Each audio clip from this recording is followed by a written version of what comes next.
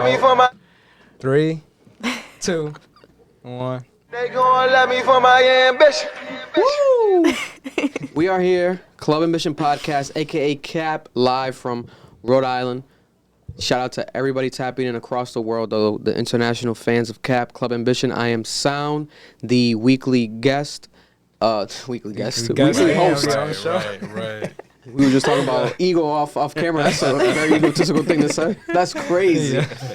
But I'm Sound, the weekly host here on Club Ambition Podcast. Shout out to Rhode Island, like I said. And we got the Chubb Corner in full effect, the producers. What's going on? What's going on, everybody? Hope everybody doing well. I'm the better half. The better half? Nah. I'm the better half. So we both here now. What y'all think? I'm the better half. I'm the better half. The yin and the yang right here, man. Y'all are both whole. You're not halves. You're both holes. We work together, man. The Chubb Corner, y'all. But, man, like I said, appreciate and love everybody out there. Make sure to, if you're watching on YouTube and if you want to listen, just go on the audio platforms, whether it's Spotify, Apple Podcasts, check out the podcast. And also, if you're listening, make sure to check it out on YouTube, because we're not that bad looking, I think. I think we're pretty good. I think we're decent people over here, so make sure to check it out on YouTube, watch the videos. But this week, we're going to have, and we have currently right now, a very special guest in the building, especially when it comes to Rhode Island, Providence, and just my own history and people that I've known and come across in my lifetime and career so far. This podcast started as, obviously a content space of our own, but it's developed into becoming arguably and, sometimes without a doubt, the biggest, media, independent, especially wise, media platform in Rhode Island, especially for our own type of people that look like us, right? Yeah.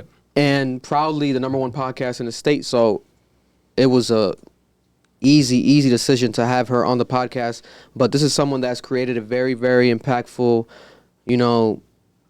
impact, if that even makes sense. Impactful impact when it comes to the business community in Rhode Island, especially in Providence, and is actually someone that I know and have known for like a decade. We went to middle school together, and she's developed into this, amazing, inspirational person within the city, especially if you want to break it down to women of color. They tend to look for her and look at her as a role model in the space that she's created and cultivated with everything that she's developed. So it was long awaited and anticipated for people locally. But if you don't know out there, you're going to get to know with this person in this interview. We have Lexus Fernandez in the building. Hey. What's up? We need some claps and stuff. We need to put some claps in, but, Excited you're here. Actual claps. I'm so happy to be here. No, we appreciate you. Listen, it's an honor. Appreciate you giving us some of your time. I know you're a very busy person, especially with everything going on with SOULITA. Shout out to SOULITA. We have the CEO in the building. But let's start from the beginning when it comes to your story. So for those who don't know, I went to school with Lexus. So, yeah, I went to school with her, but there's a lot of questions I'm asking that I didn't know myself. So where does the Lexus Fernandez, story start when it comes to Rhode Island? We're in the smallest state in the country.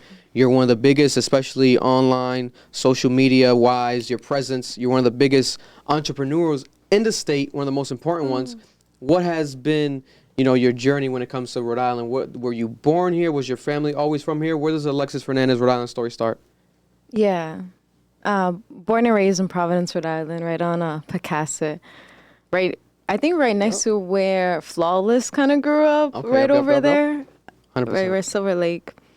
So I've always been here. I'll always represent Providence, Rhode Island. I really want to get Providence tatted somewhere. I wouldn't mind that. I want to do the same thing too. Right. Just the shape of it. And I don't know about the shape of the PVD. POV. but hashtag 401. Yeah, nah, yeah. I'll do the shape. We'll do the shape. But I've always been here. So even when it comes to your nationality, when it comes to your parents. Were they similar to mine, where they were immigrants from Dominican Republic coming to Rhode Island, having family here? What's that story with the actual family as well? So my dad grew up right in Manton Projects. My mom Middletown over there. Yeah. So it's always been right about Providence. Oh, wow. Just I've been in Providence all my life. And what's the nationality, both of them? My dad's Portuguese and Italian. My mom, she's Puerto Rican and black. Wow. Both of them didn't grow up with their parents, so they didn't. So like that generation didn't get all of the customs, the culture, the traditions. Some of it. Yeah. But that's why I'm Puerto Rican. I don't speak Spanish, but I try the best I can. Yeah, because I know some people feel some type of way sometimes when it comes to like Spanish people that don't speak Spanish, etc. Yeah. But when I'm it comes learning. to but what percentage of Spanish would you say you are then? 25 technically, or I'm like 25 everything. 25 everything, right? Yeah, but so to be completely honest, I grew up American Black, like Yeah, yeah. Black American. Yeah. And I have a strong Puerto Rican side of me, and like the Italian and the Portuguese side, I didn't really get to learn anything from because my dad didn't really have like a family. It was just his dad. So I grew up Puerto Rican and Black. Wow. And what did they do for a living? Were they entrepreneurs like yourself? Like, do you have like a connection to their sort of upbringing business-wise or no? Oh yeah. So my mom, she was like first gen. Her jobs, you wouldn't tell that she went to college because they're just like whatever jobs to me. Yeah. I think she could do a lot more, but she deserves more. Yeah. But I think she has a associate in fashion and then bachelor's in business. But she's always been like managers or general managers for different companies like Sony. So like, I grew up with like all the PlayStation stuff. Oh, wow. Yeah. What do you get early? Oh yeah. Yeah, the cameras, the games. See some of those cameras? She could have Everything. been backdooring this shit, making You would have bread, a couple of bro. Sony A7s up in here. No. But my dad, like he grew up in the hood and he ended up getting shot. Wow. And actually the bullet is like still in him. So he's been a hustler ever since. It's only been him and his dad. He didn't really have a mom. Wow. So just imagine what his life is like with that. Yeah. So I think the hustler in me comes from him. Yeah. And then from my mom, it's kind of like the nurturing, even though she didn't really have a mom because her mom passed away when she was like 5, 6. Yeah. But and my mom too, when it comes to like school, making sure everything is good. But like I definitely have aspects of both of them in me, and it's definitely that business part. Yeah. And just like overcoming anything that you have to face. That's amazing. And then your school timeline in Rhode Island, what was your elementary? Anthony Carnevale. Whoa. It's right next to some people call it Springfield, some people call it Dorchester, depending on like when you were The one with the crayons? Yeah. So I went with the crayons. I was there with the crayons. And I honestly, only know it by the crayons. I don't know it by the name. that was a good school. That was a good school. That name was like, I was listening to the Jeremy Pena podcast. Yep, His shout out to set, Jeremy. and he was talking about jump roping. Yeah. Yo, I was good too. Oh, really? My biggest trophies, I had so many, and it was all for jump roping. In elementary? Because elementary school. So I was like, I So understand. you was in real competition with jump ropes and all. Yeah, I was a beast. Hey. I was Oh a my beast. God. My big trophies, all jump roping and like debate and stuff. It was good. that's fire. And then transitioning into where I met you, Nathaniel Green. Yeah. I don't recall. Did you get accepted into the gifted program at Nathaniel Green? I as well? did. That's how we was in the That's how same we met. class. Okay, that yeah. makes sense. 100%. Okay. So then, what was that journey? Were you like academically inclined in your elementary school, where like obviously you got accepted into this program? Was that the case with you, similar to the kind of like with me? I feel like I've always been like, just like one of those smart kids. Yeah. School was my outlet. Like I went through a lot Yeah. at home, a lot. So like going in school, and school was my safe space. Getaway. That was my getaway. Yeah, but a safe one, a safe getaway. Yeah. So I always like I did whatever I could to stay after school. Wow. To just like either whether it was a sport or it was something academic, just I needed to be in school because that was a safe space. Yeah. So I was always down. I was always smart. I was and also like I just realized recently that I truly have ADHD. And that's actually something that's common, like always being like the smart kid. And school was always my I probably thing. have it too. probably have it too. I'm not gonna lie to you. I feel We like all got everyone something. has Yeah, that we shit. all got something. Yeah, A little 'cause- bit of it. Yeah. I swear to God. See, people can say that, right? But the thing is, like when you really got it, You know. when you really got it, it's kind of like if I didn't have it, maybe I wouldn't have to go through so much. When I wouldn't have to work so hard. All of the side effects that I have with ADHD, it's like I thought that was just me, but to know that it's not, like it's something that I have, it's like I could have been for years. Maybe I could have got help. I could have got medication for this stuff. I had to work 10 times harder for a lot of people. Yeah. When it comes to something simple as just reading a book. But I did it. No, very true. Great point. So to pivot a little bit and then go back on the timeline. So when you say that specifically, did you recently get diagnosed? Like, what was the process of that? I've been randomly, like a month ago. Throughout my whole life, I thought that I had side effects of trauma. Yeah. I thought I had side effects of recovering from a ruptured brain aneurysm. And then I was randomly on Instagram. It was like 2 a.m. And I went on this Instagram page, and it was like a local, like healthcare Instagram, whatever. And they had they had a post about it. And it said the similarities between trauma and the similarities between ADHD. And I said, oh my God, Close. I got that. Yeah. So I've been trying for the past 3 months, trying to have the evaluation. Yeah. For them to tell me, and every single one is telling me, even for therapy, I have to wait minimum 6 months. Wow. And you would think that they have this for you, these resources for you. Right away. But this is my first time actually trying. Yeah. 6 months. That's crazy. It's like, with enough research, I know myself. Yeah. I know myself. It's what I got. It's what my sister got.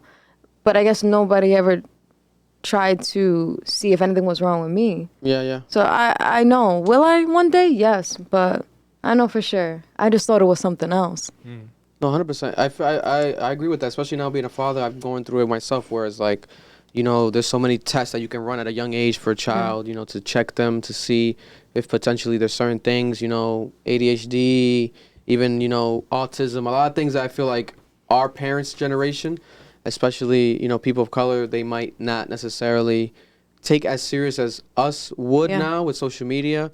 They would just be like, you know, just shove it aside. They wouldn't necessarily go and get the child diagnosed or try to see what it could be. They'll just be like, it's just a kid. Or like, you know, they'll hit them. They'll do their own traditional standards. But it could be a case of an actual diagnosis, and it could be treated, whether through actual treatments, you know, conversations, a therapist, or maybe actual medication. But that's good that you actually, at least, you know, some people, oh, self-diagnosis is not diagnosis, but it can definitely be, especially if you know yourself and you feel like, you know, you had something and you compared it literally to trauma, but it's like, no, it's actually this. It you know? It truly is. Like, everything about me, from time to my memory to, I was blaming it on my scarred brain, which I know that we'll get into. Yeah, 100%, yeah. Okay, so now perfect transitioning now, going into the middle school, which I remember, you know, Lexus being in middle school. Shout out to Maya. I remember her and Maya being very, very close.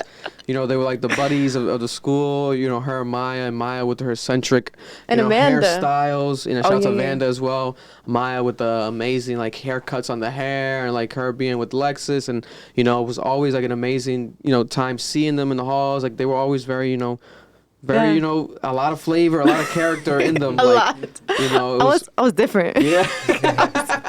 we got some memories we can't tell y'all about. Yeah. Some stuff we got, you know, God bless. We were all kids once. But, man, there was also a time I remember, and you can even, if you obviously do remember this time to speak on it, I remember there was even a time where you had, like, a memory loss, right? I did. So explain to the people, what was this situation with the memory loss? Damn. At a young age. This was prior to the aneurysm and everything, This is correct? before, yeah. That was actually my first suicide attempt.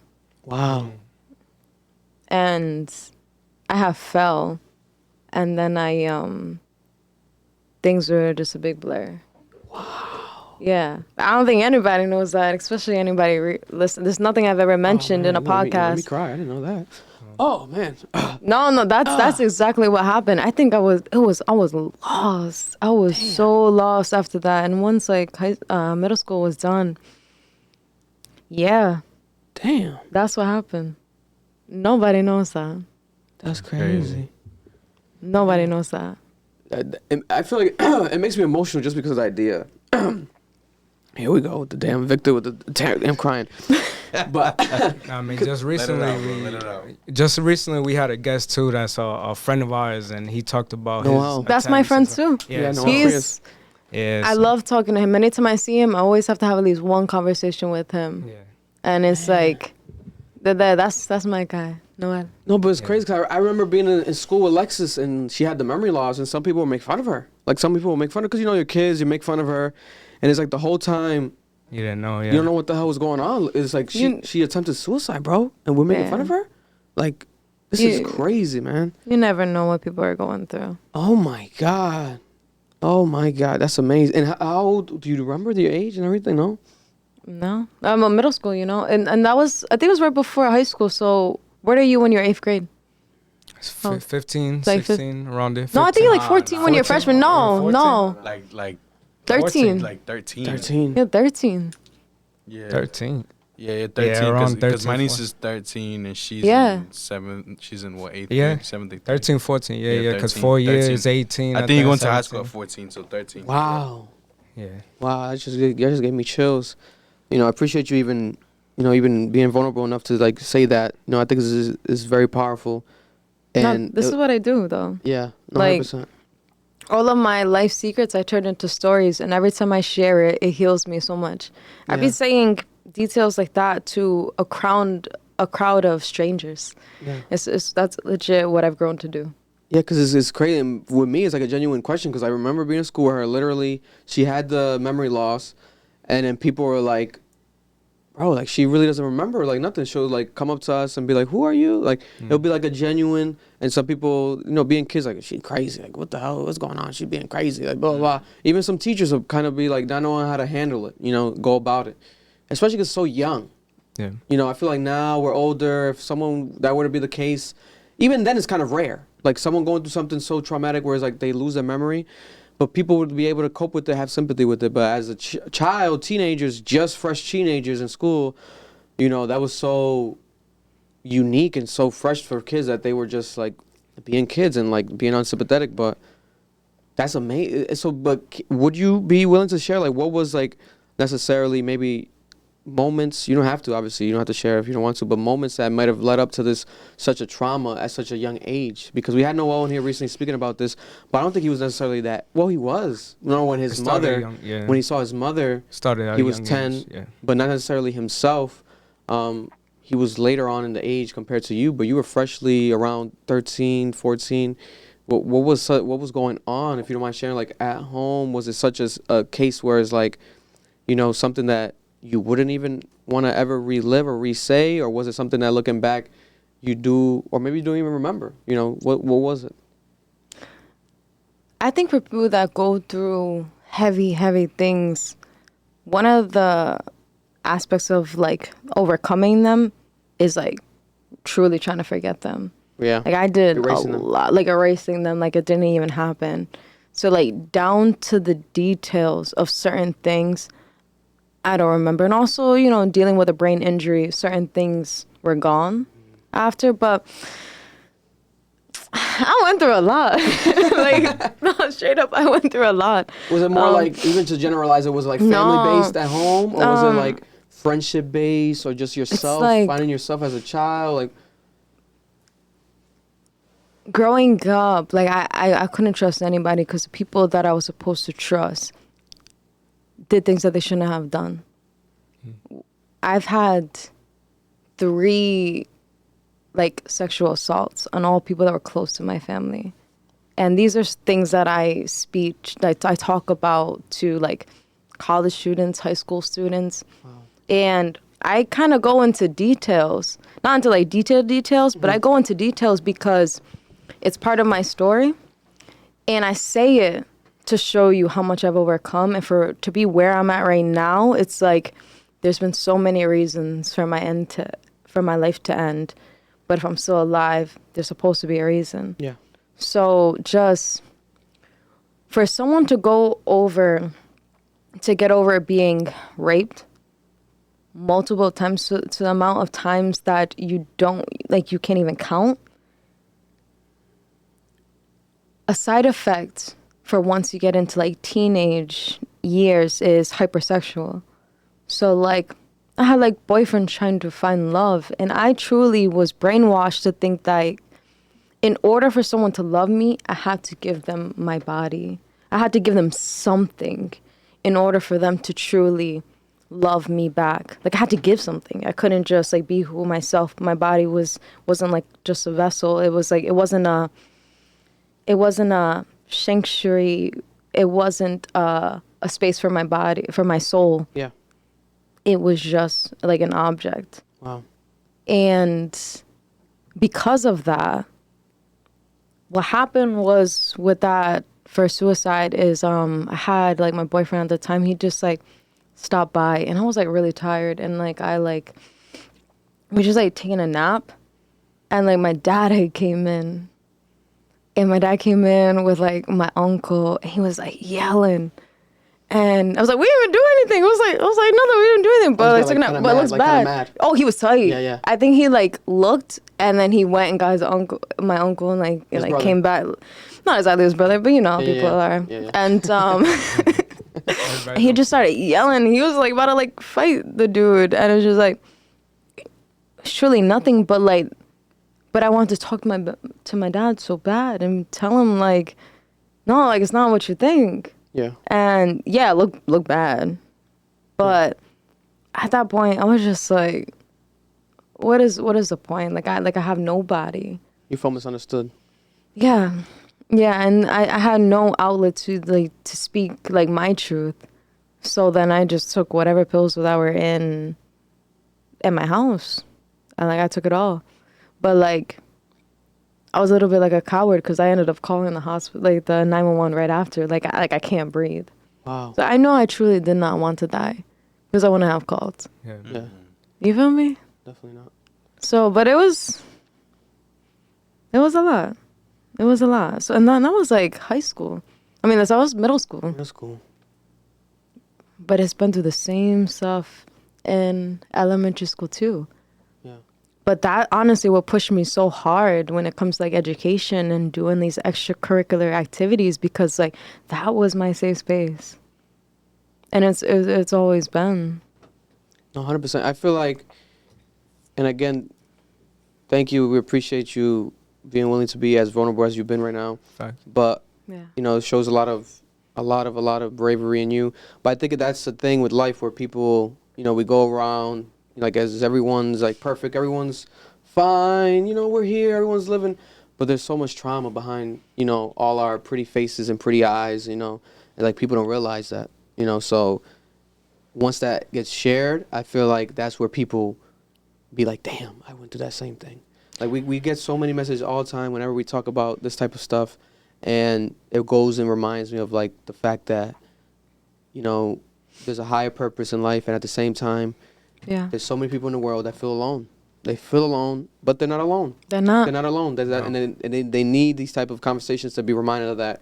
So, you know, you're a perfect vessel for such message, and, you know, you already have done it, you know, through your work and everything you've done. And then transitioning post that, you know, going into high school. High school. Right? What was your high school Oh, experience? let me tell you about my high school. So, continuing with the hypersexual thing, I needed someone to feel love. So, freshman year, Yeah. randomly found this dude they were always older than me. And it was like the end of my freshman year. And I said, so like my extracurricular activity, like going after school, was just like chilling with him. Yeah. And then I got to a point where I said, you know what? I can't put this on my resume or like my college application, like that chilling with this dude. So I dropped him, and he was 18, and I was like already started to like driving as a freshman, and I was like, he's Yeah. scared to drive. I'm dropping him. Yeah. So as soon as I dropped him in freshman year, I was. You see me? I did. Birdman hand, bro. It's time. What school is this again? I was in Mount Pleasant. So actually, Pleasant. even before I really get into that, I got into classical. You got into I classical. got into So classical. for those who don't know, classical high school, #1 high Yeah. school in Rhode Island, especially when it comes to academically rankings, Yeah. because there's like a whole testing process to get in. You know, it's in the middle of the hood, but there's a lot of white kids that are not from the entire area that go there.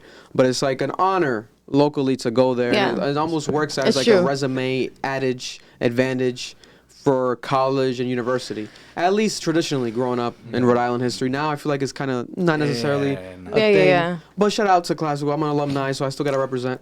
But you got accepted, so you took the test and passed it? Listen, I got accepted. I did the test. I did like ace it.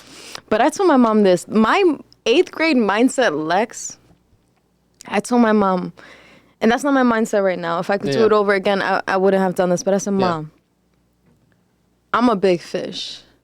If you put me in a space with a bunch of little fishes, I can take everything. And that's exactly what I did with Mount Pleasant. Hey. I basically received all of the scholarships. Wow. I knew that there would be a lot of people in that high school where they just would be focused on other things instead of actually focusing on their future, which is like really messed up for me to say, like at 8th grade, Lex.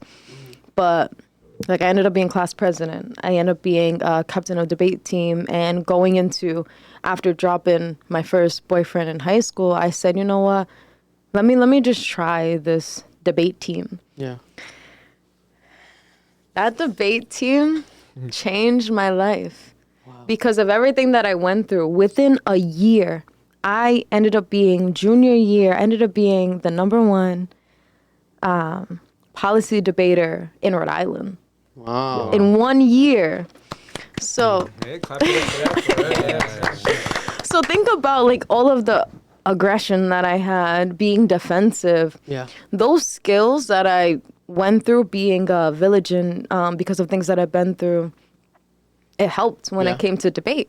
Yeah. So, I was a beast, and I actually won the Rhode Island tournament by myself because my partner, she like faked getting a car accident. She just didn't come. I was facing 2 other people, and I won. And then Wow. I ended up getting to go into the nation policy debate in LA. So that Wow. was my first airplane drive. Something that my parents couldn't take me on a vacation. That was my first airplane drive. Wow. So it taught me that, one, I have a voice as a tool for change. And 2, if I really wanted to work hard, I could do anything. It doesn't matter where I come from or what I've been through. And that's what really made like the revolutionary inside me. And it's a debate, and then also Black studies. Because once in like, I think it was like junior year or something, once my history teacher told me that Black history started with slavery, I was like, oh nah, like this Eurocentric public school was not for me. So that's when I actually started taking classes outside of Mount Pleasant. And that's what truly started to decolonize my mind into everything that I've been socialized with, institutions from my family, just the school, from different cultures, from church, from peers, from social media. Well, it wasn't really social media then, but just like society. And that was like the starts of, okay, like who am I? Yeah. Wow. That's amazing. Thanks. I love the fish metaphor because I use that in a different aspect a lot. Where it's like similar though as well. I always say like people want to leave Rhode Island because it's the smallest state in the country, but I'm like, man, you gotta look at it as an opportunity where it's like you become unique because if you go to New York, there's gonna be 1,000 other people doing or wanting to do the same thing. They're going, you're gonna be in a big pool, big Yeah. sea, and you're one of the other 1,000 or millions, obviously, especially New York City, small fish. But then in Yeah. Rhode Island, there's a small pond, but you can become the big fish easily because you're gonna stand out right away when you do something because people are gonna be like, what? I never seen that. I never heard that. They do that out here. Oh my God. Yeah. You stand out right away. So you have to use that to your benefit. But you doing that in an academic level where you're going to a school that is not necessarily academically inclined or competitive in that nature, where a classical would be, you go to Mount Pleasant and you do that, is like, you can easily climb it and you know you could do it, but then at the same time saying it is one thing, but then doing it is another, but you actually did it. I'm surprised my mom let me do that. Straight up, I wouldn't let my children do that because, like, I robbed myself for actually a challenge. Yeah. And I know I could have done it. Like, would I have been the valedictorian? I ended up being 6th in Mount Pleasant. Yeah. So maybe not, but I still could have worked hard in classical. Hey, either way, it still obviously worked. Look what you are now. And at the same time, you know, God did what he did. You know, God did, like DJ Carol says. So then transitioning to, what was your journey? You're so successful in high school. What was your college history, or deciding to go to college? What was that? College, I ended up getting accepted to Rhode Island University. Like, they gave me the most money, so I was just like, I'm gonna go there. Even when I visited like the campus, I was like, I don't know about this spot, because if anybody doesn't know about Rhode Island University, it's like, it's not in a city. No. And like, when me and my mom were like visiting, I was like, Mom, there ain't no pollution here. This is like, like, this is not in the city. Like, there's no graffiti anywhere. I don't want to. It's too clean. It's too clean. Like, I want fashion. I want people that look like me on, like, here. Because it's a very business centric school.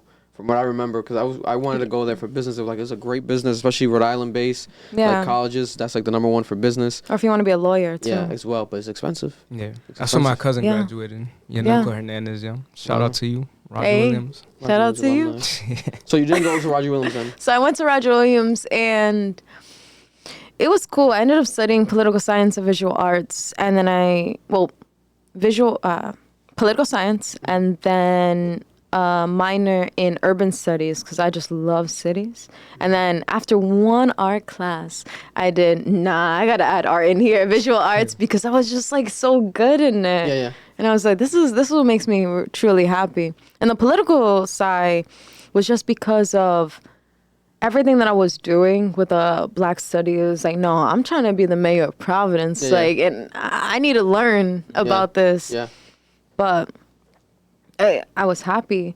I could never live on campus because I actually left my house at 15. So sophomore year. Sometimes in my mom's house, we wouldn't have electricity or we wouldn't have hot water. So then my boyfriend at the time, like, I would go to his house, and then it came to be normalized, even as a sophomore year Lexus. But I say that to say that going to college and, I had to be a commuter, because ain't nobody going to tell me what to do when it comes to, I didn't want to live with nobody. Yeah. You know, I already know what it's like to live alone. Like, I'm not like somebody who grew up in a strict households, and then they get to college and they just start drinking and start doing drugs and start partying. Become a rebel. I've always been a rebel, but I made good grades. Yeah. So I was able to do some of the things that was balance. Perfect balance. But when it comes to college, I was always that girl that was randomly just running to her class to get sit right in the front. Yeah. And I was good. I was a commuter, so full-time in school, full-time job. I was manager for Sprint and Emerald Square Mall. And I put myself in that position. Everybody that was my team was older than me, but like the general manager knew that I could do it. Yeah. So full-time student, full-time job. And the only extra time I had, I started going to Bible study because I need to learn. Like, I need to figure out, like, what this is. Like, I don't know exactly what God is like. I kind of grew up in a church, but it was more like a force. Yeah. And it wasn't really like, I believe. I pray every day because I believe, like, he has shown me, like, everything in my life. He has blessed me. No, like, so I did Bible study. You wanted to study the religion properly. Yes. Yeah. And I kind of wanted to study all religions. Yeah. And just like the universe, but that's all I did. Well, and you graduated and everything, right? From Roger William University? I did not. How did that work? Were you a dropout? What year? So, The sophomore year, as soon as I finished my finals, like legit that weekend, Wow.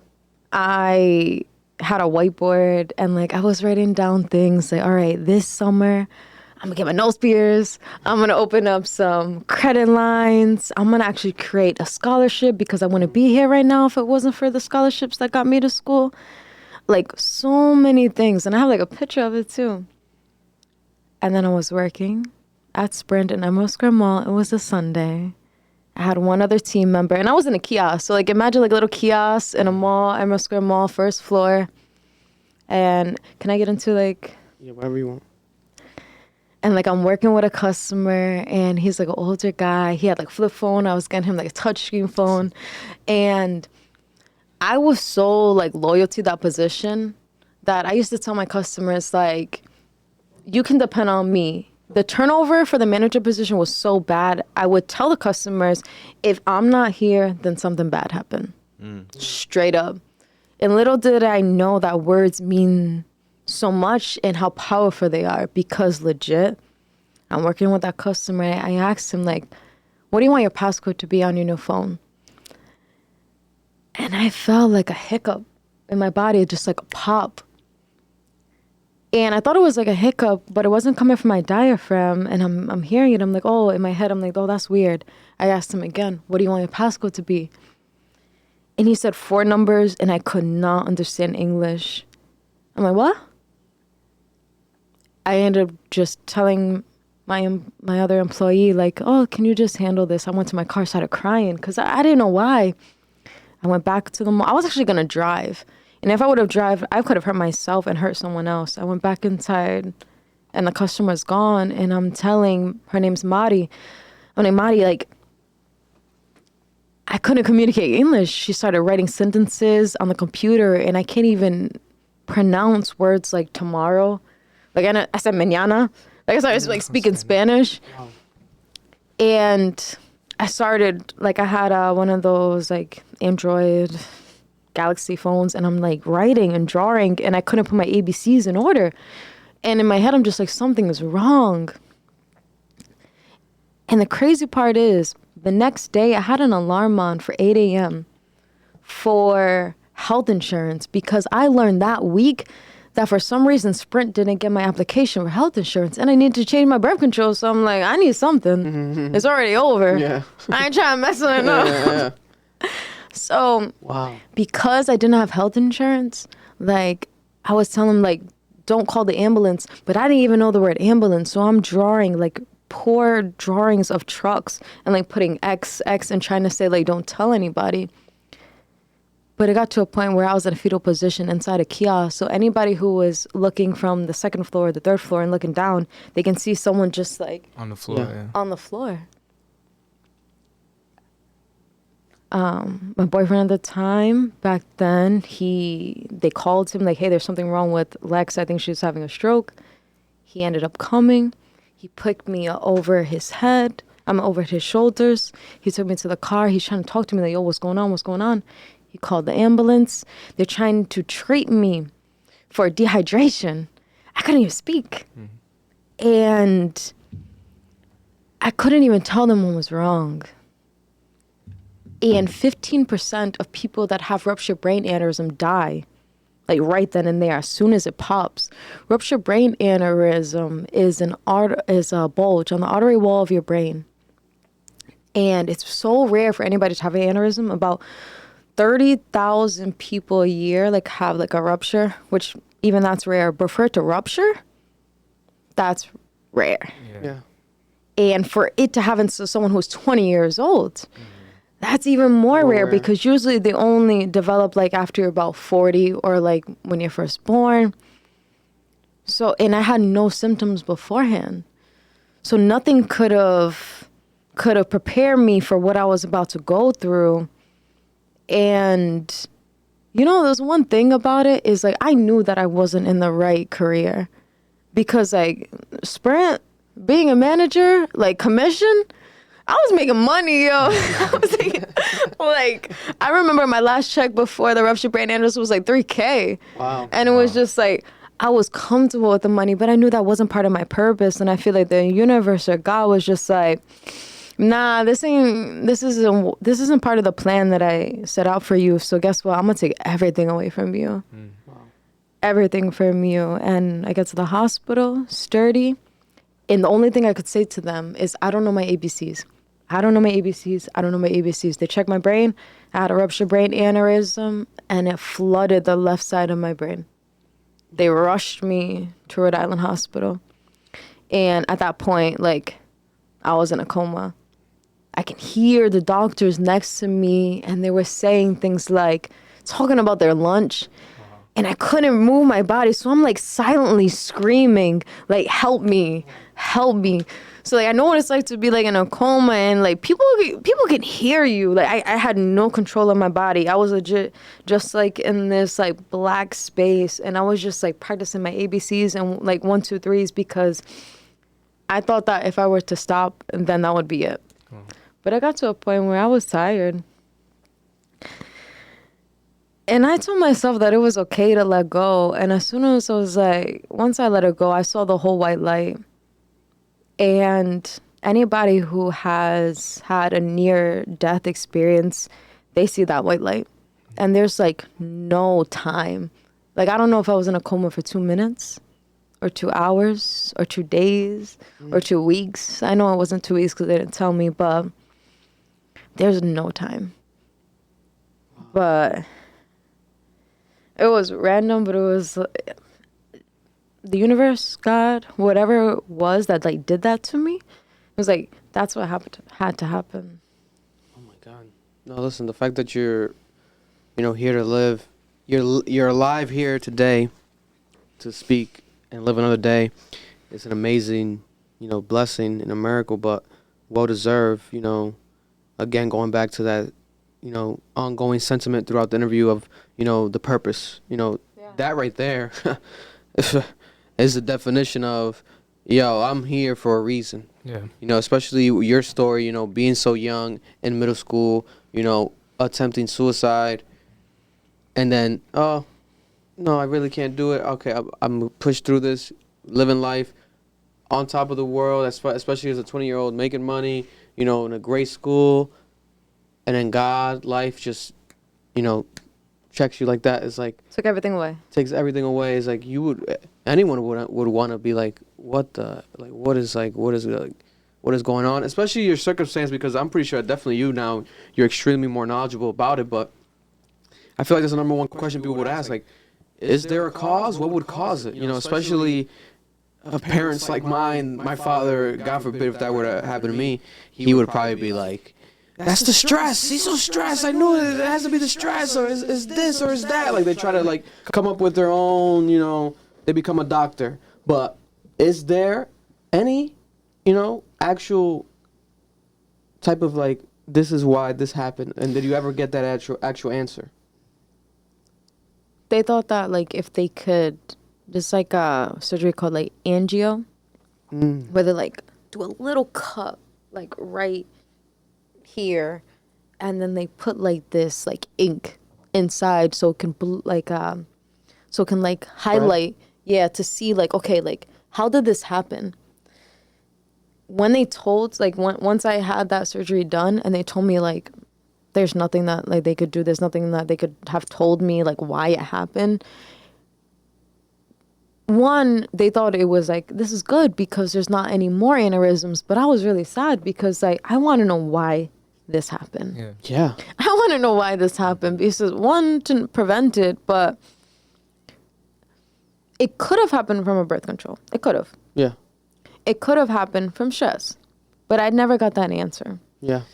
So if I were to actually think about, okay, why did it happen? Maybe it was because of all the things that I've been through since like the point when I was like born. Yeah. All that stuff that I already talked about. Maybe it just every single time.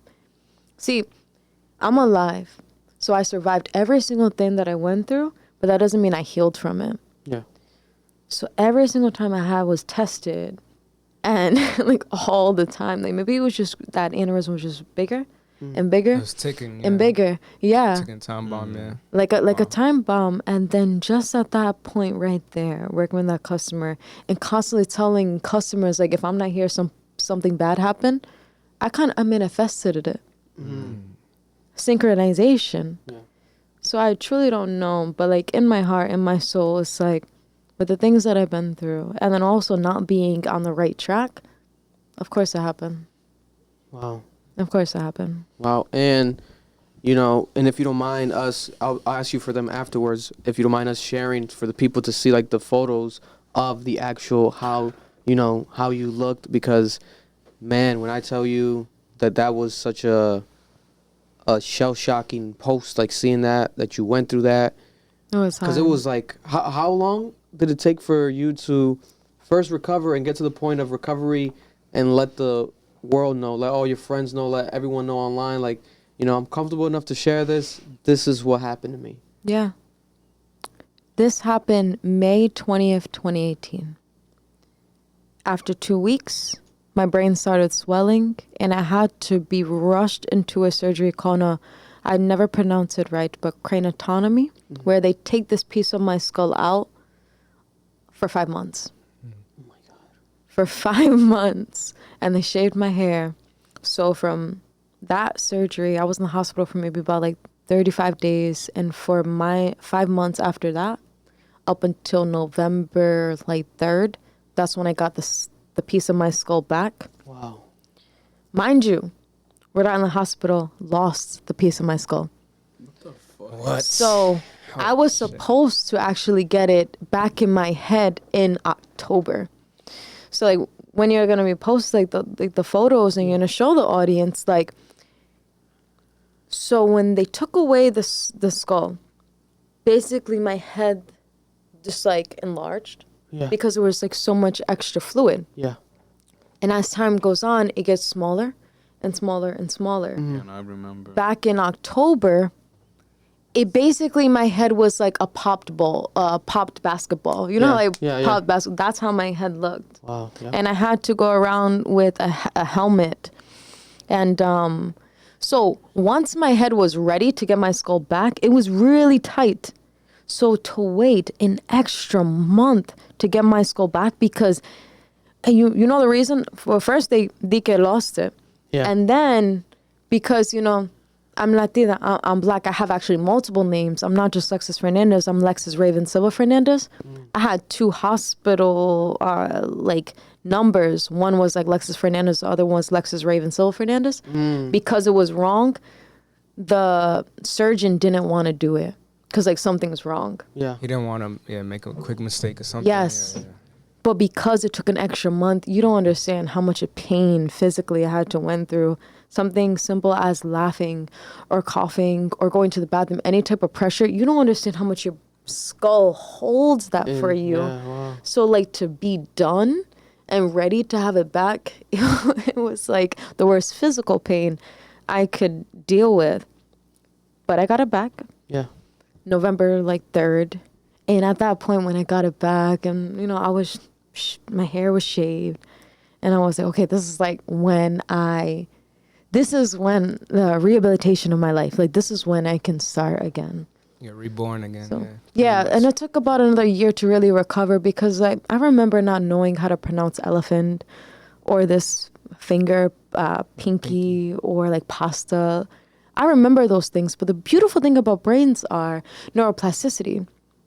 The neurons that fire together, wire together. So as soon as you learn it again, it stays. Wow. But it took a long time. I remember like seeing a sentence, like English sentence, and not even knowing how to pronounce it, not knowing what it was. That shit was, oh, sorry. No, you can No, swear. you can swear. You can Say swear. whatever you want. That shit was hard. No, it was very hard. But basically, it took time. I'm living with disabilities that are invisible that you wouldn't be able to see just by looking at me. Yeah. But I've normalized it, embraced it. So it's brain injury is not like breaking your arm or the leg. It's a long time to recover. And what was? I got a question about the surgery. So when they took that piece out, what was the reason for like having that piece out? Was it to easy access, or like does the brain kind of healing what it was missing, or? My brain was swelling. Awesome. There was a day where, like, they thought that I was going to lose my left eye because every, like, 4 hours, they are giving me a handful of pills. They're giving me a handful of, like, I have to, like, do these robotic things. Like, okay, put your arm up, shake it, your legs, and, like, checking my eyes. And there was a point where, like, they tried to check my eyes, and I was like, no, like, don't do it. Because my brain was swelling so much that, like, I couldn't open my eye. And so they did the craniectomy. That's not how you pronounce it, but something like that. So yeah, it was like about this much. You could see it. Like, if I ever my hair in a bun, like, you could see it. Like you know, you could probably like see it right here. No, like you can, you can see it, and like, to me, it's a beautiful scar. I feel like you know from Avatar, the guy with the what's his name? The fire. Yeah, no, not Aang. The fire lord. The fire. The fire. Yeah, that's how I feel when I wear my bun and people see the scar. I mean, the part, they think that I part the, you know, for like on purpose. I'm like, no, like, Yeah, scar. Yeah, it's scar, natural. so all here was just, it was a lot. Wow. And then during this moment, who was your actual direct, you know, support system? You know, I can relate it to me if it were to happen. Like, my mom would go so crazy, man. You guys know how my mom is. Yeah. So what was like your situation? Were your parents like, you know, involved, steadily there? Like, what was that actual, you know, first reaction? I became my parents' full-time job. Wow. They were there every single day. They actually like blew up air mattresses in the dressing room, air mattress, yes, in the dressing room just to like stay there with me. Wow. And I'm happy that they did. Wow. Because if my mom wasn't there for me to have a stroke, because the nurses that were there, like right before I had to get that surgery, they never saw that I had a stroke. Like, by the time the nurses rushed in, I didn't have a stroke. So if I was there alone, they would have never known to rush me into surgery. So I'm happy that my family was there. But like, my whole family was there. I have families coming from like New York, everywhere coming to see me. I don't think there was a day that I was alone, which is a blessing. This is entirely a blessing. And like, before that surgery, I was making jokes. I was like, all right, who's taking my good books when I die? Like, who's taking my clothes? Because I wanted to like normalize it. I wanted to be okay. Like, oh, if I pass away, not even realize that I survived it. If I pass away, it's okay. Like, it's totally okay. If like, this is my time. Yeah. So I was writing my will at 20 years old. Wow. And I was laughing about it. But after I got out that surgery where they shaved my hair, and I was like touching myself and feeling 74 staples in my head, I was, I lost like all hope. Even though I survived it, I lost all hope. Oh my God. Like, there was this nurse. I wasn't supposed to see myself in the mirror. And I really had to. That? Yeah, I wasn't supposed to see myself in the mirror. Wow. It was really late and I had to go to the bathroom. And one just like took me to the bathroom. And I saw myself in the reflection. In the bathroom. In the bathroom.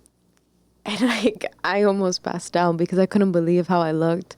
And I normalized death because of how I looked.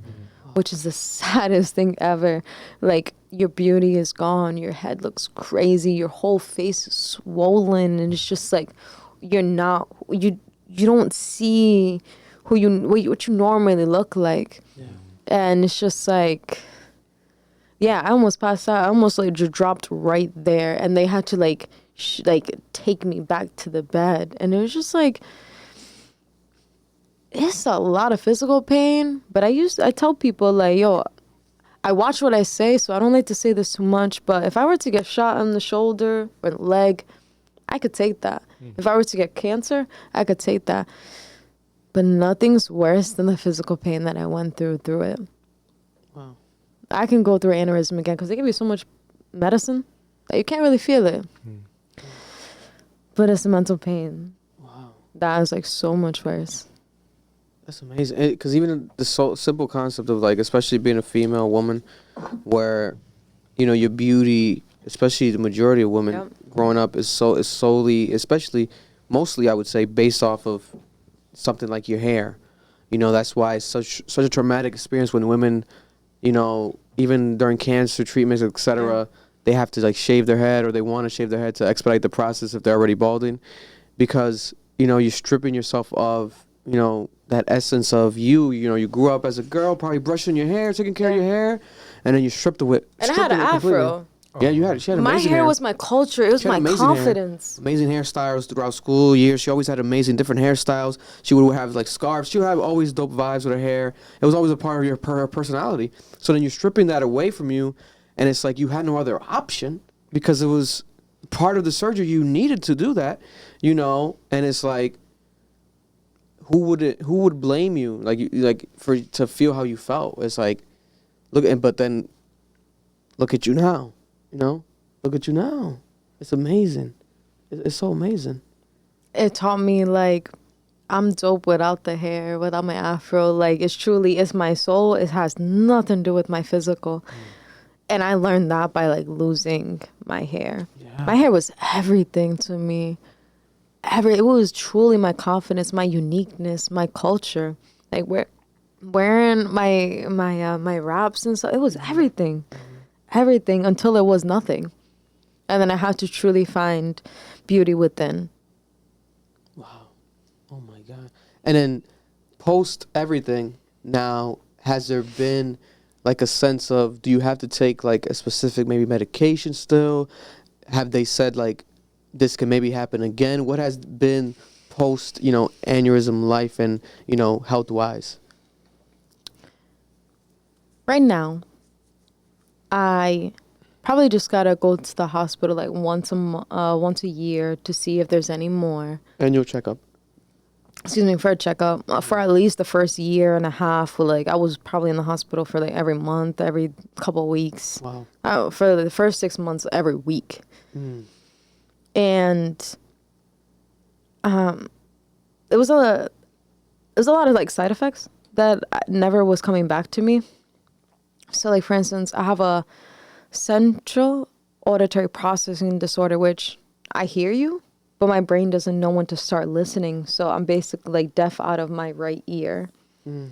And you wouldn't know that by just talking to me. Yeah. But it's very hard for me to talk on the phone, especially if I don't know your voice. I have no idea what you're saying. Listening to music, unless I can actually read the lyrics, I don't know what's going on. Movies, if I don't have the caption, I don't know what's going on. Like, I need the caption to truly understand. And I would say that's the hardest. That's the only like lasting side effects. And aphasia. And aphasia is basically when it comes to like sentences I'm trying to say, the words get scrambled. Or like, say if I'm like truly tired, it affects me now when I'm truly tired. And like, say if I'm trying to tell you like, yo, let me get some Doritos, like you have a bag of Doritos. Instead, I say, yo, let me get some deodorants. So I'll switch it up. And then like, I ain't got no deodorant here. Yeah. But the thing is, when some people say like, oh, that happens all the time for me, it's kind of like, it hurts me a little because like, it's different. It's different. It's not the same. Not whoopsie. Like people do whoopsies. Yeah. Like whoops. this is because of something I went through, and like my brain is like this now. Yeah. Like I can't just like mess up, or if like when you're tired, it's different. Like I've been through this, and this is not going away from me, and it's like, but yeah. No, it's real life. It's real life. And then, man, you guys have anything to add about that or that specific going through before we move past the aneurysm? No, man, that's just a lot to take in and shit like that. And God bless you, yo. Real I got straight goosebumps throughout the whole story, and yes, it's been a lot. Because like again, like you said, you don't know what people fucking go through and shit like that. Your worst day could be someone's best day. You know what I'm saying? Yeah. So like, nah, God bless you, real talk. Man, for real. No, 100%, man. It's a testimony to your life. Like you're everything you're doing is like you're a walking testimony.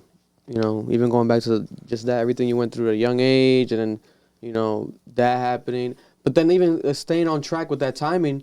So that was the irony of that. Like, you know, right after your second year of Roger Williams University. Mm-hmm. So then you never went back. What was their reaction? Did they know what happened? Hell like, no. They don't know. Well, no, they knew. okay. They knew. They tried to help me. Oh, really? But like I went to doctors, they were trying to discourage everything. They're like, just so you know, if you go back, if you try to do anything, you're gonna have to work 100 times harder than everybody else. And it's true. Yeah. Because I can't just listen and also write notes. I can't do both at the same time. Mm-hmm. Yeah. I would actually have a lot of the word is a combination. No, not a combination. Cognitive? No. No, it's a combination. It's a word where, okay, if you can't do it this way, we're gonna do this for like an easy way.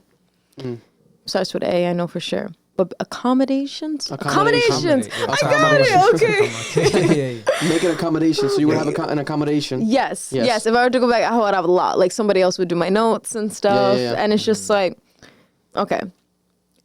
Because I didn't go to college, it was a reason for that. 7 weeks after I got that skull back, which was November 3rd, 7 weeks after that, I started selling earrings on Facebook Live. I was going to the flea market, our local flea market. It was the American Expo. They had a little sale where like if you buy like 8 earrings, it's only $5. I'm like, this is a come up. This is a come up. I'll sell Facebook Live each of these earrings for $5 because I was only buying them for maybe about 67 cents. And I would just change the hook piece. Yeah. I remember my first Facebook Live. I barely knew English. You know what's funny too? Like I was wearing like this cute pants. I even had like thong showing, but I didn't even know. People like no one commented, but I went back and looked at it. It's like I just was like so out of the loop. Yeah.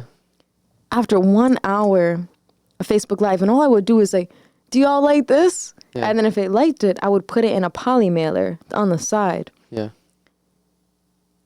And after an hour, I made $500. Wow. So I told myself, no matter what, like, yeah, you don't speak English, right? Yeah, like, you're kind of, like, all over the place. You don't have any hair. Like, you're recovering, but you can make money. You can pay for your bills. My wealth from Sprint only lasted 8 months. Mm-hmm.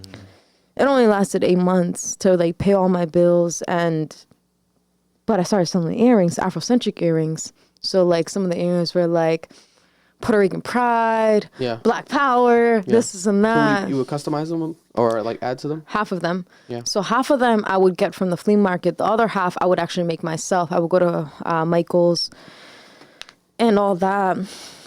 Wow. I started doing that. Started making enough money. And then, so this is from November 3rd, 7 weeks after that, which is like around December. Yeah. So I'm selling earrings online. I'm making money for my bills. And then Sprint actually did a GoFundMe for me. It was like $3K. Oh, wow. They helped me out. So like I had gotten all that money in cash and like people helping me out for my bills. And then December 31st, 2018, I went to the movies. And it was my first time in the movies for a while. Well, for a long time. And the side effects of the aneurysm really hurt me. Like, it was very heavy. And one of them is, like, I lose things easily. It's almost like in my head, like, it truly disappears. Like, I can't even recover the last time I saw it. I went to the movies. I lost my wallet that had all of the money that I gained from all of the Facebook Marketplace, Facebook Lives, and even the GoFundMe. I lost it. Wow. Oh my God. And I couldn't find it. So on December 31st, I was dating a promoter at that time. Mm-hmm. Shout out to Chip, because he truly, like, he held it down. He was promoting at a club for like New Year's. And I was like, this is a perfect time. I took all the pills that they gave me in the hospital to deal with like the pain. Yeah. I took them all. I'm like, I don't want to live in a world where money means so much. Because like, when I lost that, I felt like, what is the point? So that was my second suicide attempt. Wow. And again, the same style with the pills? Same with the pills. Wow. And I actually did a video for that. So like one day, like when there's a documentary about me, like we'll have that. Yeah. But when I woke up, I was like, yo, if a ruptured brain aneurysm couldn't kill me, and if I can't even kill myself, then I'm supposed to be alive. Yeah. At that point, I changed my entirely mindset, and I tried to heal myself from within. Yeah. Yeah. That's where it starts. That's where it matters. That's when it started. Wow. So then, at that point, you know, you went through, and then the health insurance ever kick in from the job? It did. After a couple of weeks, Okay. I had to like fake some shit. Sorry. My mom was like, pretend that you can't walk. Allegedly. Allegedly. I was like, but I can't. So it's like, I don't have to fake anything. Like, I'm actually going through a lot. Yeah. But yeah. But I ended up getting health insurance. Yay, you know. Thank God. So Oh like my God. everything was cool. Wow. So then transitioning, you know, post second, you know, suicide attempt, what got you into now becoming, you know, the huge entrepreneur that you are, specifically for what you do, creating the products that you create with SOULITA, and even naming the company? How did that happen? Like where did that become, you know, a manifestation?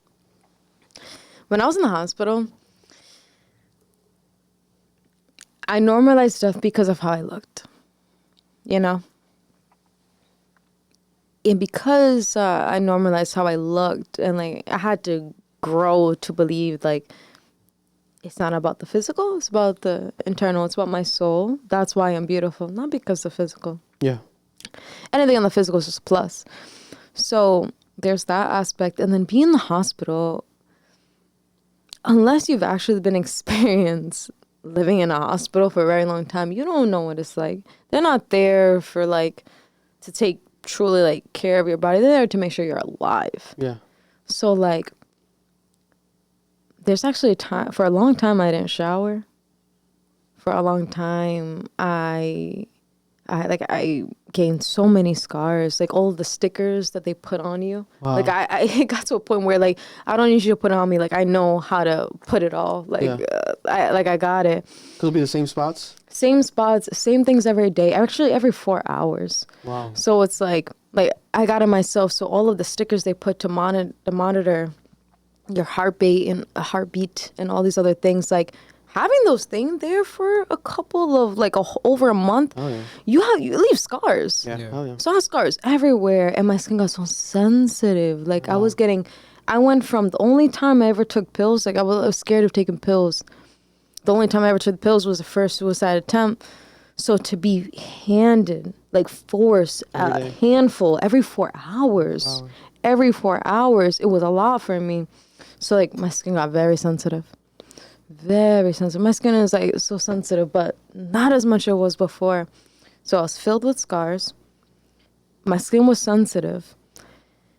So recovering, as I'm learning English and I'm going to speech therapy like twice a week, I was like, you know what? I have a lot of time. I got food stamps now. Mm-hmm. Maybe I can start making products like for myself. Like I wasn't even thinking about business or anything. So like I started with rose oil, rose water, rice water for my hair because I was bald. Yeah. And I missed my curls. And I actually, by then I was okay with being bald. Like honestly, it was kind of, I didn't see the beauty in myself, but once enough people was like, yo, you look hot. Like being bald. Yeah, make it work. I was like, for real? It fits like you. Yeah. you think so? It did. Yeah. It did, which is really awesome. Which is really awesome. So if it happens again, like I'll be cool. Like next time I'll probably put like cool things on my head. Yeah, because a lot of people, not for nothing out there, I don't judge nobody, you know, but a lot of people they'll look crazy bald. Not everyone has a bald head. Yeah, no, not everybody You know what I'm does. saying? So for me to like look good bald, I was like, okay. I couldn't see it myself, but it did help with the community of people in Providence who told me like, yo, you look good. Yeah. Thanks. Yeah. Really? Thanks. And but it wasn't like a sympathy party. It was like, no, it was like you actually do. look Yeah, good. yeah. Like if they wasn't looking at the scar, they thought that was just the style. And like as soon as I left the hospital, and this is a little bit off, but like some people ask me like when I'm at work with SOULITA with my business, sometimes I be heels, I've been wearing like wild things, I'll be like dressing up. People don't understand. There was a point where I could not move in the hospital. I couldn't get dressed. Yeah. So I'm gonna wear anything that I want as if it's my last day alive. Yeah. I'm gonna wear what I want. I'm gonna express myself. But besides the point, my skin was very sensitive. Yeah. And I was like, you know what? Throughout my whole life, I've not had enough. There was always lack. So I had to create things by myself, even like clothes. So I started making these natural products. And then it was November 2019. And, okay, this side of my brain was going through a lot. With anything related to reading, writing, analytic, numbers, memory. Like look at Google, like the different details when it comes to like left brain, right brain. Yeah. Everything in the left brain was just tarnished. Wow. And like I had to relearn everything. But the right side, my creativity side was booming. Wow. It was booming. And I kept having these visions of like, make this poem.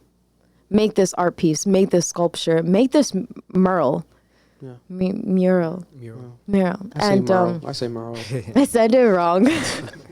But like before the one thing the aneurysm didn't take was the motion of my hands and my creativity. So like even before I sold the earrings, the first thing that I did was I did murals.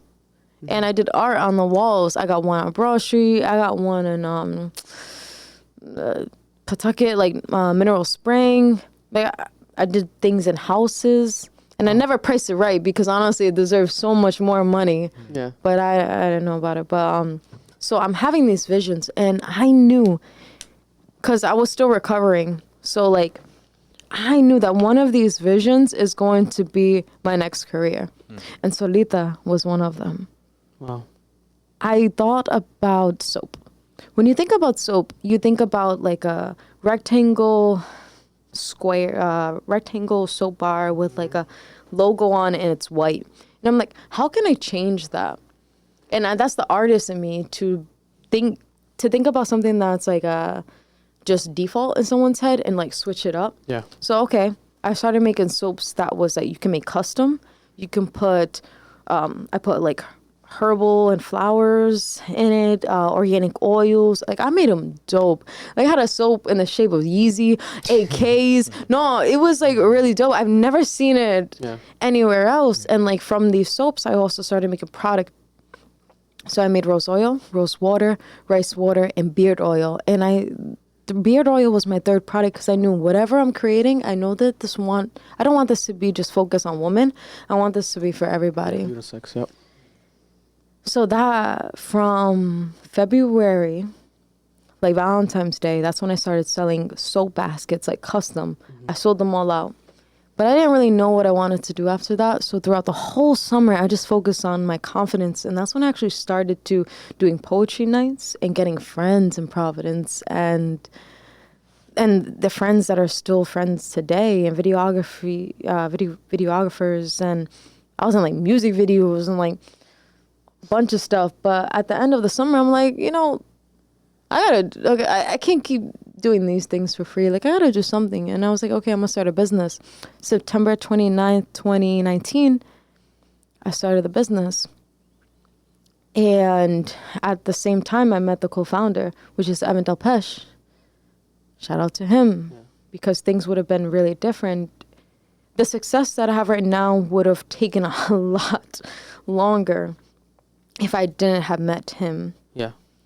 But as soon as we met, we started working. By April 2020, we relaunched the whole business. And within 6 months after that, we had 12 retail partners nationwide. Wow. And honestly, the first push was, like when George Floyd was murdered. Yeah. A lot of people in Rhode Island, actually throughout the whole nation, started making articles, Black businesses in Rhode Island, Black businesses 100%. in these states. They put our name in every single article. Nobody emailed us to let us know about this, so we had no idea. Yeah. We honestly had no idea where the money was coming from. But every single month we made goal, and from that type of awareness, everybody was emailing us. Oh, I want your products. I want your products. This and that, and that was the first push of SOULITA. It started off with SOULITA soaps, but we switched it to SOULITA. Yeah. Because it was And more what than a name. soap. SOULITA. So, to be completely honest, I think I'm actually really good with creating new names.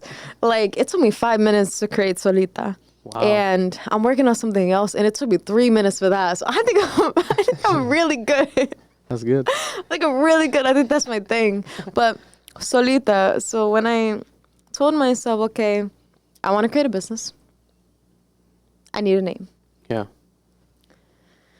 I sat myself down. I said, okay, what are just some like words you like in English or like in Spanish? And I've always loved the word SOULITA. I just love the way that it just rolls off the tongue. Yeah. And SOULITA without the U means alone. And I'm like, okay, how can I relate that? Because I didn't create this business alone. I had a lot of support. Yeah. And then I was Googling and I found this sentence, para ti solita, for your very own. And it inspired me to, okay, this isn't alone. This is for you. This is self-care. When I told you that I had the second suicide attempt, the only thing that I focused on was self-care.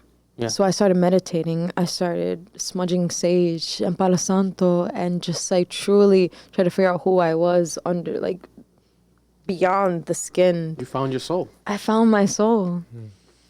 And holistic healing was everything for me. So I had to put that root of soul. And that's the whole focus of SOULITA. All of these beauty brands are out there and they're trying to tell you this is a flaw.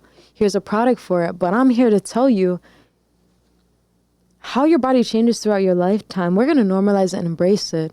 These things like stretch marks or like acne, these people are out here not going on dates, not going on interviews because they have breakouts. That's okay. It's totally okay. It's about the time that you spend with yourself. I think that's the most important thing you could do in your whole life. Even as much as whatever career you're trying to focus on, your self-care is so important. 100%. I wouldn't be here right now. SOULITA gave me purpose back in my life. Self-care gave me purpose back in life. So, SOULITA, with the soul root, holistic healing, focusing on self-care practices, and creating natural skincare with it. And I told myself how to do everything I know. I didn't need to go to college to do what I do now. And now I'm making money off it. And I'm creating a community from it. Yeah. And I'm inspiring people from it. And the same with everything that I've been through. I'm an entrepreneur, but I'm also a motivational speaker. Like, I'm telling people everything, all the details, all of the secrets in my life. And it's feeding me. So it just goes to show, like, truly everybody has a purpose in life. And if you are alive after everything you've been through, then there's a divine purpose that you are here. 100%. And I had to learn that going through the things that I've been through. Oh. And SOULITA isn't exactly my purpose. I think my purpose is actually sharing my story because I know that the details from my survival story will be part of someone else's survival guide. Yeah. Yeah. And SOULITA is like my way of actually like putting these health conscious products out there to encourage people to spend time with yourself, put yourself on your schedule. Because if you don't, I love to sometimes target like moms, like you do a lot. You work on these children, your husband, whatever. But there's a reason why you're in an airplane and they tell you to put your oxygen John first and then everybody else. If you're not good, then nobody else is good. And the same with men. I feel like men have to deal. I like to focus on like men mental health and just like all type of health, because they go through a lot where it's like productivity, work and stuff. Oh, I don't have time for self-care. I have to do all of this. I have to provide. It's like, no. You need self-care too. Yeah. So, like I said, it's the number one thing. All men need mani-pedis. You know, all men need it. I'm telling you, man. We got. But it can be even beyond that. Like, self-care doesn't have to be getting your nails done or getting a massage. It can be so much more than that. Yeah. So much more than me. For me, it was like meditating and actually focusing on things like hobbies, details that I really dived into. Like now, I am a geek to neuroscience. And sometimes I think about, look at all those times growing up as a teenager, hypersexual, just like focusing on like serving to a man as a premature wife. Look at all the time that I wasted instead of focusing on the things that I really liked. My self-care is watching documentaries. My self-care is studying neuroscience and trying to figure out like what happened to me. Yeah. And then also just the brain itself. Like my goal right now for my birthday is less than a month away. I want a microscope. Like I want to grow germs, and I want to like get them for nothing, for nothing.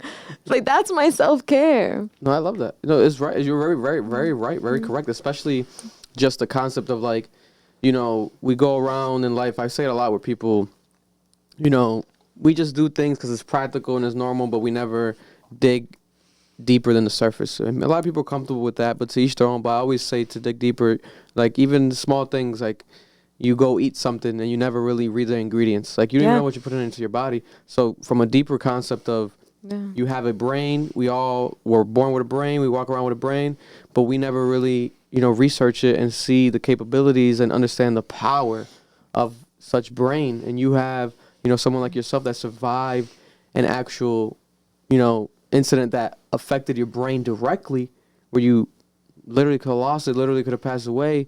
So then now you are doing something that in reality everyone should do. You should know, you know, the foundation of, you know, the brain, you know, the prefrontal cortex. You should know the parts of your brain and what each. I know one, you know. I had to throw that word out there. 30 pounds. Listen, 30 pounds or you. Class, you know, prefrontal cortex.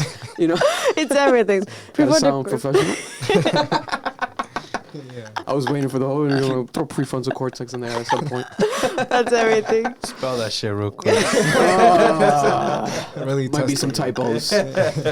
But yeah, man, because it's true. It's like we just walk around and it's like, at the same time, I get it. People, we got shit to do. You got to pay bills. You got to go to school. You got, you know, you got things to do. But sometimes, like you said, not even sometimes, all the time, we need some self-care. So if even if it's once a week, do the due diligence of researching and understanding parts of, you know, your body, maybe certain things like you feel like, you know, you have a weird tick or something that you just feels like, why is my, you know, maybe do your own research. If you don't want to go and set up an appointment with a doctor, which we all should do as well, do your own research. Try to understand the things that are happening inside of you, because, you know, everything matters that is going on in your body. You know, everything happens for a reason. Our nails grow how they grow for a reason. You know, your teeth might hurt at a certain point, a day for a reason.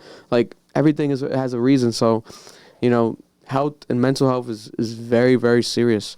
Very, very serious. It should be taken as such every day. So you doing that, creating this company, beautiful foundation, beautiful story, and the timing, you know, coincidentally was God's purpose, because we can go back to that time where, if you were on social media, we saw it, where there was like a huge boom in black businesses due to the fact that there was, you know, Black Lives Matter, the movement happening at the time, and everyone sensed a feeling of wanting to support one another, especially even people who weren't even black. They wanted to support black businesses. They were like, what can be my cause? How can I help this cause? What can I do to support? You know, I might be a rich white man. What can I do?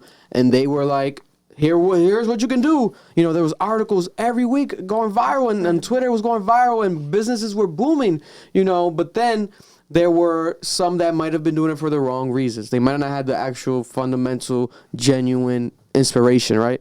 But she has a case scenario where she had a genuine fundamental reasoning, and that's why she still is here today. But there was a lot of businesses that started during that time and that hype that have died down and vanished completely.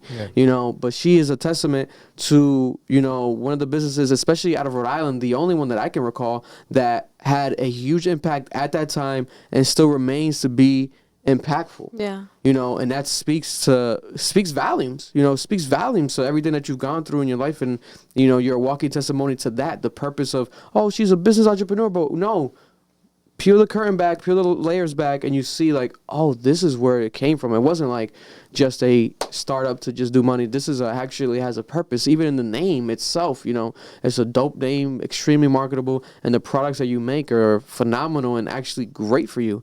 You know, so let's speak real quick about the actual, you know, success story that has been SOULITA, because for those who don't know, like, you've had, you know, multiple locations, factories, different switch ups and different transitional periods, but your presence throughout the state has been felt, you know, especially professionally. Like, people know that, oh, there's an event, another grand opening. Like, you always have something going on.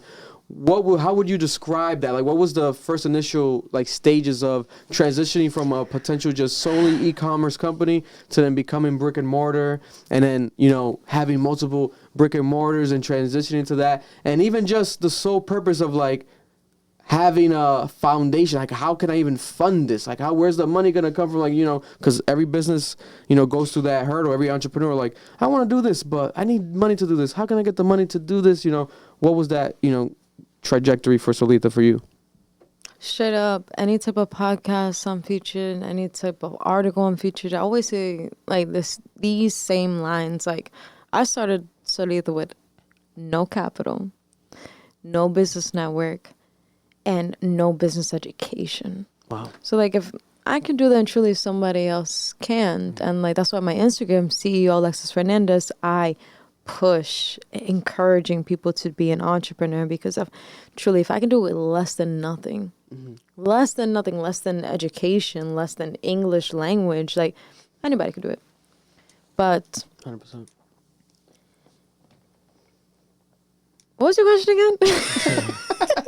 So let's start basically when it comes to like transitions from e-commerce to your first store. Oh, what was okay, the first SOULITA store? Straight How did up. it happen, and where did the funding come from? Straight up, like, when you put good energy out there, when you push out things that you want to manifest, it's always going to come back to you. It's always going to come back to you. Straight up, every single opportunity that we've ever had came to us. We never outreached. And Wow. I'm not saying that to encourage that, because you should definitely outreach to things that you want to do. But like, everything ended up showing up on our email list. And like, that first storefront, which was November in 2021 in Westminster Street, which is right in the heart of downtown Providence. Not everybody not anybody I know. Oh, I know one, but not everybody actually creates a storefront right in downtown Providence. Usually it's maybe in Pawtucket or like some other spots. But the owner of many of those buildings down there did not want an empty space for the holiday season. So we had done a pop-up near Westminster, and they were like, hey, do you want to like set up for a couple months? And we did. Wow. 2 months, November, December in 2021 turned into 5 months. And then, me and Evan were like, how do we just say? You know, we already created a space. I have a video, right, of the first day we went inside to look at the space. And as the video says, like, yo, imagine we end up staying after the 2 months that we have the lease for. Yeah. We never left. Wow. It's March 2023. We never left, and we renovate the space like 2-3 times. Wow. So we got the opportunity just because they saw the quality. Yeah. They saw how hard we were working. And nobody ever knew, even our retail partners, they never knew that it was only 2 people behind it. They thought that we had an office, we had a warehouse, we had a whole team. Nada. It was only me and Evan, and we would just like work, like every single hat that you can wear with owning a business, like we were wearing all of them. Yeah. So when we got that first pop-up, that pop-up after 5 months turned into a storefront. And we signed a yearly lease, and we just signed for another year with that lease. So we ain't going nowhere. Congratulations. Thank you. That's amazing. So the last season, in the last fourth quarter of 2022, we had an email from Garden City Center, which is like, for anybody who doesn't know, for YouTube, y'all people don't know about Rhode Island, Garden City is like one of the spots where a lot of people shop during the holiday season. Yeah. Like, it's an outdoor mall. Like, we set up next to like Starbucks, Sunglass Hut, Swarovski. That's how you pronounce it? Swarovski. Something like that. There was like something like that. Expensive, aka you could just call it the expensive store that I don't go into. Big retail corporate stores. We were one out of maybe 3 or 4 local businesses. Wow. To be next to like Starbucks was a big thing. It was a big thing. And it was like 2 floors. The basement was like more where I manufactured, but the first floor is just like, it was a blessing to be there. And we did nada to get in there, as in like, they emailed us like, hey, do you want to pop up? That's an opportunity. Yeah. And all of the opportunities that we've been given, we were never ready, but we had to get ourselves ready. Yeah. Even when if it came to money or like materials or like fixtures, like we got ready for it. And Garden City, just in December itself, did 5 times what Westminster did. Wow. 5 times. We ain't never. Oh my God. We had days of like thousands and thousands of dollars, just people walking in. The people, the audience of Garden City versus Westminster, you got some people that will buy like 5 units transactions, like minimum like $100, just because they wanted to, or like just like getting like gifts and stuff. Like the people in the audience of Garden City Center is like, it's different than Westminster. Way different. Like maybe in Westminster we'll have like, we actually never had a line of people in downtown Providence other than Small Business Saturday, which is like November, like usually like 28th. That day was crazy. But other than that, it was crazy every single day in Garden City Center. We had at least 3 people working versus Westminster. Evan like held it down at Westminster. I did most of actually all the shifts at Garden City Center from October like 23rd to January 28th. And a lot of people ask like, oh, why didn't you do a lease? Nah. Holiday season is cool, but like I would have burnt out. Yeah. And I don't like that most of our profit came from in store versus online, because online you can do so much more. Like you can truly build a community. So like this year, that's what we're doing. We're focusing on building an online community. We actually got to where we're at right now, not doing any meta ads. Like no ads. We haven't paid for any ads. All of these articles in all of the major, largest publications in Rhode Island, we never paid. Wow. Everything has been organic. Every single thing has been organic. So imagine if we actually spent some money on marketing. It can only help. It can only help. It can only help. So it's just like, you know, finding these opportunities, these loans, these grants in Rhode Island to actually, you know, sign up, get the money, and actually put it in the places where it needs to be. Yeah. And that's what I do on my CEO Lexus Fernandez Instagram. Is like I'm trying to push, I'm trying to share the information, because a lot of things feels like a little gatekeep, and it's just not shared. Yeah. But I feel like people in the community I have on my Instagram, they're like, oh, like I'm gonna follow this page because she's about to say things that I don't know about. Yeah.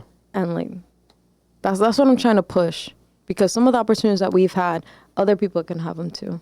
100%. No, I love that, especially when you break it down like that, because it's just simple concept of like the information's there.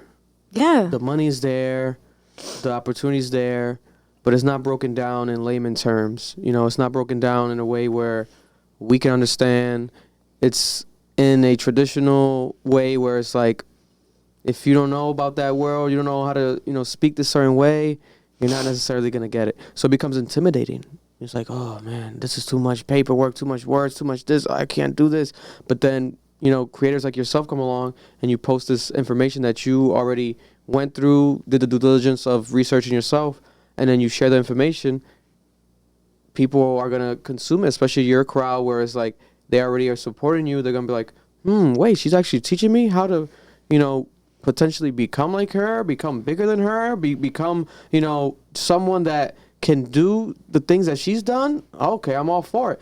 And I feel like that's a very key thing in entrepreneurship that should be embraced, because I'm so anti that concept of gatekeeping. We can't, you know, suppress this information from the people because we're gonna act like the opportunities are like it's limited. It's not. It's really unlimited. We just make it limited for ourselves. We limit ourselves.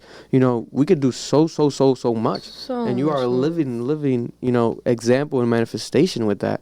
You know, and that's amazing. Everything that happened with the Garden City Center. So what are the plans now? So you're transitioning to do more e-commerce or more just online type of, you know, negotiations? You know, do you still have your own warehouse? Like, how does that work now?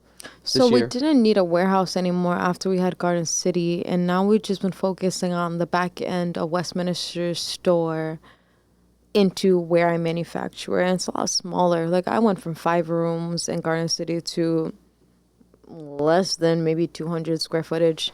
Wow. But it's okay. Yeah. Like, I can manage because of all the things I've been through. Like, I can have less than a room and still make things happen. So it's okay. Rent must have been like crazy, like for like a Garden City to like keep it going throughout this year. If you wanted to like do the whole year, because how does that even work? Are they strict to the point where like they won't even do month to month? They'll make you try to do like a long-term lease. Because that's why I feel like it happens with a lot of these like locations and plazas and spaces where they tend to be obviously straightforward, mostly white owned, mostly white operated, you know, when it comes to traditional sense, especially in Rhode Island where the whole state is majority, you know, white people.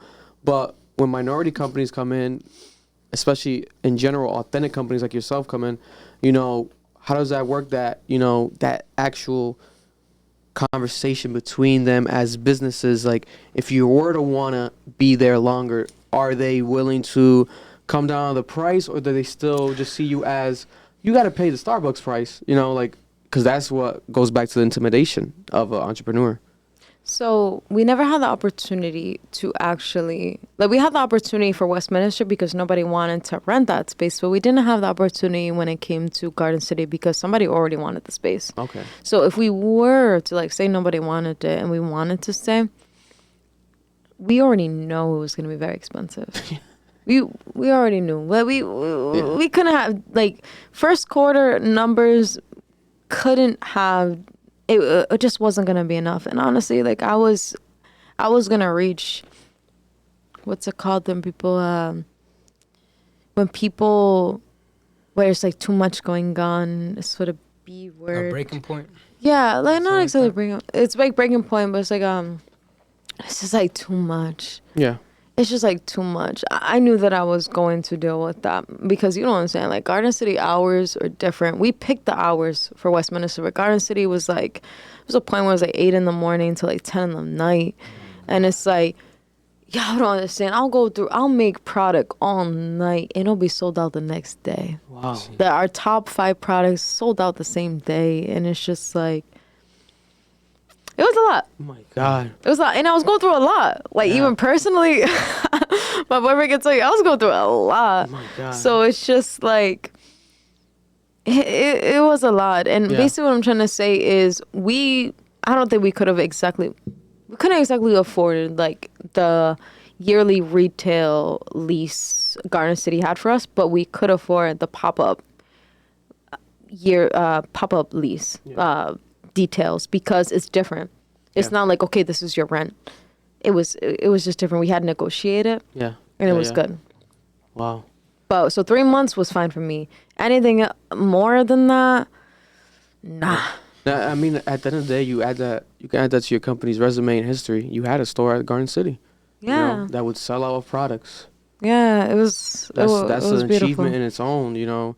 And just to even look at it, like people like me that went to school with you, seeing that, I was like, this is fucking amazing. You got a store, Garden City. Like, it becomes this so, like, a manifestation of anything is possible because we see that shit growing up. Like, You know, we go to Garden City, but to drive by.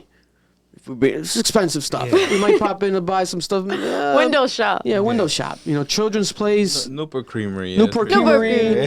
You know, I actually never went there before. I never went there other than Pinkberry. Sometimes I'll go with my sister Pinkberry, but I would have never imagined when I first started SOULITA, I would never imagine to be next to like Starbucks, Swarovski, all those big brands, and it's like I'm next to them right now. Yeah. Every time I open up the door to open the store, it was so surreal. Every single time. Wow. Every single time. And it's truly still just the beginning of SOULITA and everything that has to do with my life. So it's beautiful. Yeah, because when you look at the trajectory of even the commencement of SOULITA, I could have sworn it was even longer. I didn't realize like it's only been a couple years. Like you would have thought it was like at least half a decade in type of business. Like the success it's had. It's an amazing manifest. Like it was just crazy. We've already been incorporated from August 2020. Wow. And we had Garden City 2 stores by October 2022. That's crazy. Wow. We wouldn't be exactly where we are right now if it wasn't for the work that Evan put in, because like Evan was shout out to him, because like the work that he was naturally, the things that he did in New York, working with big brands, big models, him being a model himself, marketing, and then moving out here, being here, it was just like I had the vision. I am the soul behind SOULITA, but he had experience that I never experienced. So like when I first started SOULITA, like low quality, but I didn't know because it was the best I could do. So having him on board and both of us working together, it just brought so much value, and he taught me so much. And like it's what SOULITA needed. Like our biggest retail partner right now is Plant City. Plant City makes millions. Yeah. Millions. And even that conversation with Kim Anderson, she asked for our Instagram, even though I sent a whole description of what SOULITA was before the phone call, and it had nothing to do with retail partner. It was just before Plant City, she did things, skincare. When she got on the phone with her, she asked like, hey, what's your Instagram? I was like, oh, I'll let you know after. She's like, no, I want it right now. I told her, oh, it's Shop SOULITA. She looked at it and she was like, you know what's crazy? I saw your brand before. Wow. And I actually wanted to reach out. I work with so many small businesses, and when I see their products, I know for a fact that they're not going to make it. But when I saw your products, I saw $1 million business in Macy's. How fast can you give me $1,000 worth of product tomorrow? Wow. Sure. And that was the end of the conversation. We didn't even have a wholesale booklet. So it's like, but the reason why we got that is because of him changing the aesthetic of SOULITA. She was asking, who does this? Who does this? Where's your office? Where's your warehouse? Me and Evan, we were just in my bed, Crystal Zabasoff, like, it's just us. Like, there's no more. So with his brain, my brain, the focus on SOULITA, it was just like, I don't like to see it as, like, fake it till you make it. It's just more like, you don't need all the tools to create a masterpiece. I saved a lot of photos from the beginning of like legit, like before we even knew like photo studios and stuff, and paying like $30, $40, $60 an hour. Like we were just like in my like bedroom and like laying down right on the floor, like laying on our belly, taking product pics with like paper from that we got from like with like from Home Depot and like Lowe's, and just like taking product pics. Yeah. So it just goes to show like it doesn't matter the people who like grow up and like are born into wealth, like you can do it too. Like you don't need all of those things to reach success. Okay, that's part. Where's the camera? That's part of my language disorder. Like you don't need all those things. Like you can do it. Yeah. And I am far from where I want to be, but I'm also far from where I started. Yes. Amen. Facts. No, 100%.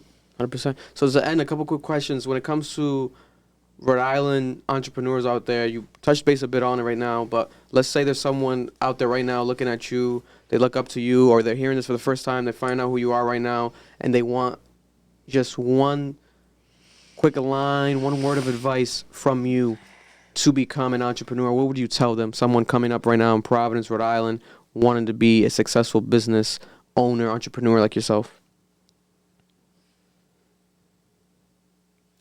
Every podcast, everything, in every interview, it always ends the same. And I always never have like the right things to say because there's so many things to say. That you could say, yeah. There's so many things to say, and it's just like, for me, it's like the main thing, like no matter what you've been through, if you want to change your life, do not do, I'm going to focus on like this camera right here. I'm going to start with this camera right now, okay? So like, you can change your life at any moment in your life. That you can change, if you are alive, you can change your life today. You can change it when you wake up tomorrow. You do not have to go through what I did, like legit hit rock bottom, having less than nothing to change your life, because I did that for you. So like, even if you're like going to college, do something that you are truly happy about. Don't do something that your family wants you to do, your parents to do. If you want to change your life, if you want to career in something else, do something that makes you happy, because I've done research on things, on people that are on their deathbed and the type of regrets that they carry about like not doing what really made them happy, or just even expressing feelings that they wanted to with the people they loved. It's like, life is actually short. Everybody die every single day for no reason or for a reason. And if you're alive, there is a purpose in your life. Find it. And the ways to find it is like certain things, like one, spend time with people that inspire you. Focus on the things that you do have passion with, and truly finding, like spending time with your passions will find your purpose. Do things like being selflessness helps with healing. And like I said, my purpose is speaking to people because I know that details in my story that I've survived is going to be part of someone else's survival guide. I am the physical proof of what people can actually go through. And if you want to change your life, you could do it at any time. And the one detail that you need is to actually be alive. Focus on what you're happy. And some people try to say like, oh, once you focus on your life, when you focus on your purpose or your passion, it'll never feel work. Nah, it'll feel like work, straight up. What you do, you're happy doing this, right? Yeah, 100%. It's still work. 100%. But when you're doing what makes you happy, when you have a boss in you, there ain't no reason for you to be a boss. Not everybody can do what we do. Mm-hmm. But if you have it in you, like work on it. Like actually dedicate time for it. And even if you have 9 to 5, focus on your 9 to 5, but on the side, make time for it. Because even Toni Morrison, she would wake up like 4 a.m. to write. Look at the legacy that she created. Look at the books that she created. Like, make time for it, because like all of these things, like social media, like these reality TV shows, it's like that gives you like energy after you've been working for someone else all day and you're watching TV, and it's like how to just relax. It's like no. Like, I am not entertained. I'm not trying to be entertained. I'm trying to be educated, because I know exactly what it's like to almost losing life.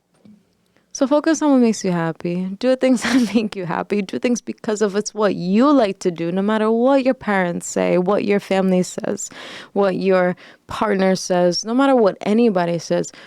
Do what you want, because one, life is short. At any moment you can be gone.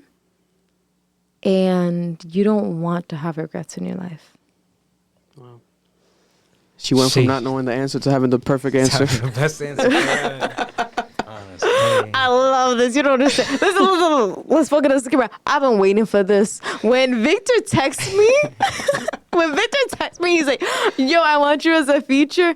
Like, yeah. I'm like, I've actually been waiting for this. I wanted this for a long time. So this right here, I love it. It made me so happy. I love it. Because I know that for a long time you believed in me and you've saved, like, dedicated, and you've been following what I've been doing. And I just, beyond everything, I appreciate what you do, and I appreciate anything that works with you. Thank you. Thank you. I appreciate it. I love it. Because don't make me cry. Calm down. No, this is good. You don't understand. When I leave here, I'm gonna feel so like lightweighted. Not only because of the cup filled with liquor. Allegedly, no, I wasn't going to say nothing. Allegedly. I think that's water. I think that's more water. It's sparkling water. No chaser. I don't do no chaser. Not only because of that, but I was able to express myself in a way that I've never expressed myself before. No, I think it's amazing.